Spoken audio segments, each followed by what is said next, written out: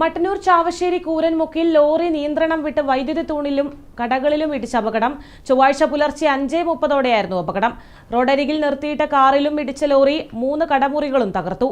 ബസ്സു കാത്തുനിന്നയാൾക്കും അപകടത്തിൽ പരിക്കേറ്റു. ഹൈദരാബാദിൽ നിന്ന് സോളാർ പാനൽ കയറ്റി വരികയായിരുന്ന ലോറിയാണ് മട്ടന്നൂർ കൂരൻമുക്കി ഇറക്കത്തിൽ നിയന്ത്രണം വിട്ട് അപകടമുണ്ടായത്. നിയന്ത്രണം വിട്ട ലോറി റോഡരികിലെ വൈദ്യുത തൂണിലിടിച്ച് സമീപത്തെ ഇരുനില കെട്ടിടത്തിലും ഇടിച്ച് മുന്നോട്ട് നീങ്ങി.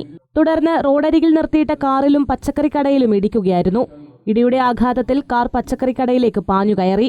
കടയുടെ മുൻഭാഗത്തെ ഷീറ്റുകളും നെയിം ബോർഡുകൾ തകരുകയും പച്ചക്കറികൾ നശിക്കുകയും ചെയ്തു. ഇരുനില കെട്ടിടത്തിന്റെ താഴത്തെ നിലയിലെ 2 മുറികൾ തകർന്നു. 4ഓളം വൈദ്യുത തൂണുകൾ തകർന്നതിനാൽ പ്രദേശത്ത് വൈദ്യുത ബന്ധം തടസ്സപ്പെട്ടു.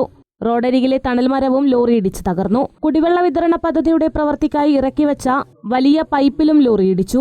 വൈദ്യുത തൂൺ 100 മീറ്ററോളം വലിച്ചയച്ചു കൊണ്ടുപോയി. മട്ടന്നൂർ ഭാഗത്തേക്ക് പോകാൻ ബസ്സു കാത്തുനിന്ന വട്ടക്കയം സ്വദേശിക്കും അപകടത്തിൽ പരിക്കേറ്റു. ഇയാൾ ആശുപത്രിയിൽ ചികിത്സ തേടി. അപകട വിവരമറിഞ്ഞ് മട്ടന്നൂരിൽ നിന്ന് പോലീസും KSEB അധികൃതരും സ്ഥലത്തെത്തി. കൂരൻമുക്കിൽ ചെറുതും വലുതുമായ ഒട്ടനവധി അപകടങ്ങൾ നടന്നിട്ടും അപകടം ഒഴിവാക്കാൻ അധികൃതർ പരിഹാരം കാണാത്തതിൽ ജനങ്ങളിൽ പ്രതിഷേധം ഉയരുന്നുണ്ട്. News bureau, Mattannur.